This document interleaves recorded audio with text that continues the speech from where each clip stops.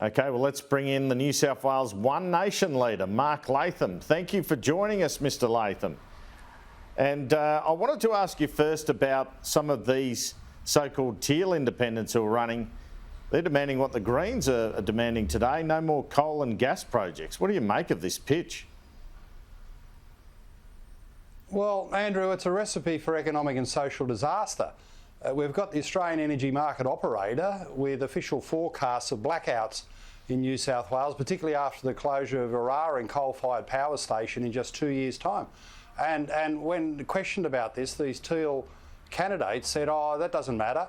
We've got community opinion on our side. We spoke to someone down the road who said we've got to get rid of coal and gas. Coal and gas is essential to keeping the lights on, keeping jobs viable, economic prosperity, hospitals running, schools running, the traffic lights staying on in New South Wales for the foreseeable future. So these people are just incredibly reckless. They lecture us, Andrew, on following the science. They won't follow the official advice and all the data that's been collected by AEMO saying that New South Wales is at heavy risk of blackouts, and getting rid of coal and gas would have to be one of the most reckless things any candidate has ever suggested at a New South Wales election.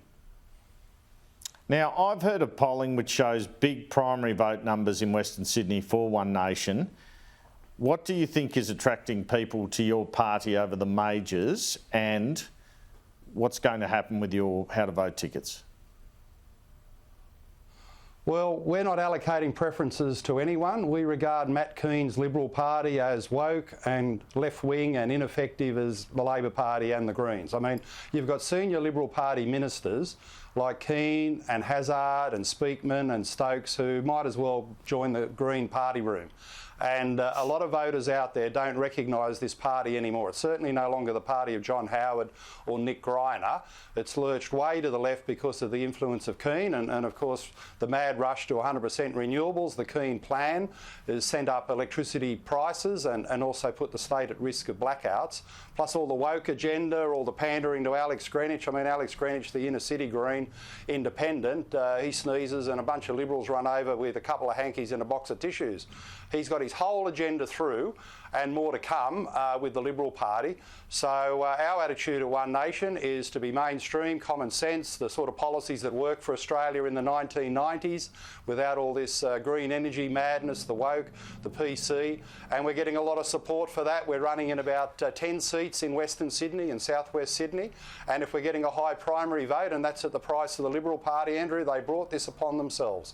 Alex Greenwich from the city, Sydney, is going to help them out in Penrith and Parramatta and Campbelltown and Camden. They have brought this upon themselves. Well, that's the point, Mark Latham, isn't it? It's an optional preferential system. So if you say just vote one, what you're saying to me is you're taking votes away from the Conservative major party, which is the Liberal Party, which hurts their prospects. And yes? No, well, no one sees them as a Conservative Party, Andrew. I've been out there talking to people in Hornsby, Matt Keane's own electorate. Half the people are saying nominally conservative. He's sold out to the Green left. Formerly conservative.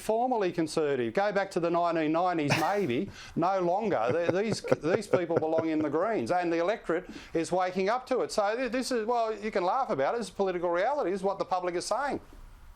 Well, let me ask you about the Liberal Party and what approaches they've made to you to try and get a preference deal. Well, they wanted to have a preference deal and we said no. We have a simple message on election day for upper and lower house. Vote One Nation. It is optional preferential.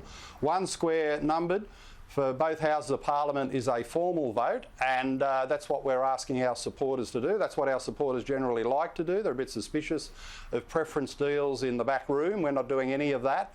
And we had a very bad experience with Dominic Perrottet at the time of the stamp duty legislation passing the New South Wales Upper House. He promised us he'd take the mandates, the ineffective, totally ineffective mandates off the New South Wales Police and Emergency Services, and 6 months later they're still there. Perrottet is in office but not in power, and I believe in the old adage of old Jack Lang, if you nurse a mug long enough he'll die in your arms. We nursed Perrottet on that issue, he let us down, and it's not going to happen a second time.